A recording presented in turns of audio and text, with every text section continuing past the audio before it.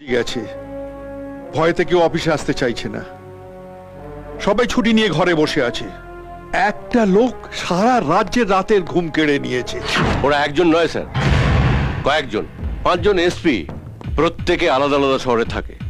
আর কিডন্যাপটা হয়েছে একই সময়ে, কারণ প্রত্যেকবার কিডন্যাপের পরে কন্ট্রোল রুমে ফ্যাক্স আসে। একই সময়ে 5টা আলাদা আলাদা শহর থেকে একজন মানুষ 5 জনকে কিডন্যাপ করতে পারে না স্যার। আবার 5 ফোড়ন।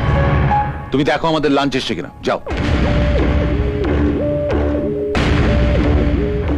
এভাবে চলতে থাকলে এদের প্রতি মানুষের শ্রদ্ধা বাড়বে, আর আমাদের ওপর অশ্রদ্ধা।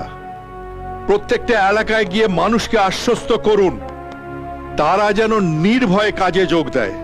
তাদের সম্পূর্ণ নিরাপত্তা দেব আমরা। সমস্ত সরকারি কর্মীদের প্রতি আমাদের অনুরোধ, আপনারা অপরিচিত কোনো ব্যক্তির সঙ্গে যোগাযোগ করবেন না। আপনারা পুলিশের গাড়িতে করেই যাবেন, পুলিশের গাড়িতেই ফিরবেন। এই শুনছো, তোমাকে আর ছুটি নিয়ে ঘরে বসে থাকতে হবে না, সব ব্যবস্থা হয়ে গেছে। তুমি আবার কি ব্যবস্থা করে এলে? আমি কেন করব, পুলিশ করেছে।